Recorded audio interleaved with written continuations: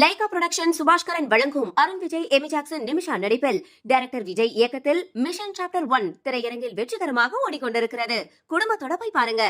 கிளாம்பாக்கம் பேருந்து நிலையத்திலிருந்து எந்தெந்த பகுதிகளுக்கு எவ்வளவு பேருந்துகள் இயக்கப்படுகின்றன என்பது பற்றிய கூடுதல் விவரங்களை நமது செய்தியாளர் விக்னேஷ் முத்து வழங்க பார்க்கலாம்.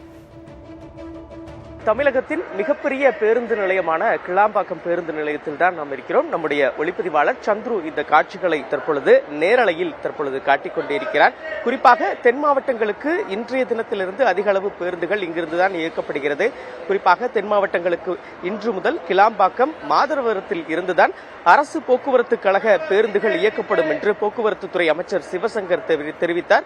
அதன் அடிப்படையில் ஒட்டுமொத்தமாக நாம் இருக்கக்கூடிய இந்த கிளாம்பாக்கம் பேருந்து நிலையத்தில் இருந்து 710 பேருந்துகள் மொத்தமாக இயக்கப்பட இருக்கிறது. அதே போன்று மாதவரத்தில் இருந்து 160 பேருந்துகள் இயக்கப்பட இருக்கிறது. காலை சரியாக 6 மணி முதல் இரவு 10 மணி வரை அதிகமான பேருந்துகளும் அதன் பிறகு பயணிகளின் கூட்டத்திற்கு ஏற்றபடி பேருந்துகள் இயக்கப்படும் என்று அரசு சார்பில் அறிவிக்கப்பட்டிருக்கிறது. கிளாம்பாக்கத்திலிருந்து திருச்சி வழியாக ஒட்டுமொத்தமாக 118 பேருந்துகள் இயக்கப்படும் எனவும் மாதவரத்திலிருந்து திருச்சி வழியாக 18 பேருந்துகள் இயக்கப்படும் என தெரிவிக்கப்பட்டிருக்கிறது. திருச்சி மற்றும் தென் மாவட்டங்கள் என 13 இடத்திற்கு இன்றிருந்து கிளாம்பாக்கத்திலிருந்து தான் ஒட்டுமொத்தமாக பேருந்துகள் இயக்கப்படுகிறது. அதே போன்று 20% பேருந்துகள் மாதவரம் பேருந்து நிலையத்திலிருந்து இயக்கப்படுவதாக தெரிவிக்கப்பட்டிருக்கிறது. பேருந்து நிலைய காட்சிகளை பொறுத்தமட்டில் ஏராளமான அரசு போக்குவரத்து கழகங்கள், அதாவது எஸ்இடிசி பேருந்துகள் அதிக அளவில் இருக்கிறது. இங்கிருந்து திருநெல்வேலி, தூத்துக்குடி, கன்னியாகுமரி மற்றும் திருச்சி உள்ளிட்ட தென் மாவட்டங்களுக்கு பேருந்துகள் வழக்கம் போல் இயக்கப்படுகிறது. பயணிகளின் கூட்டங்களை பொறுத்தமட்டில் காலை நேரம் என்பதால் சற்று குறைவாக இருக்கிறது. நேரம் செல்ல செல்ல பயணிகளின் கூட்டம் அதிகரிக்கும் என்று போக்குவரத்து துறை அதிகாரிகள் தெரிவிக்கிறார்கள்.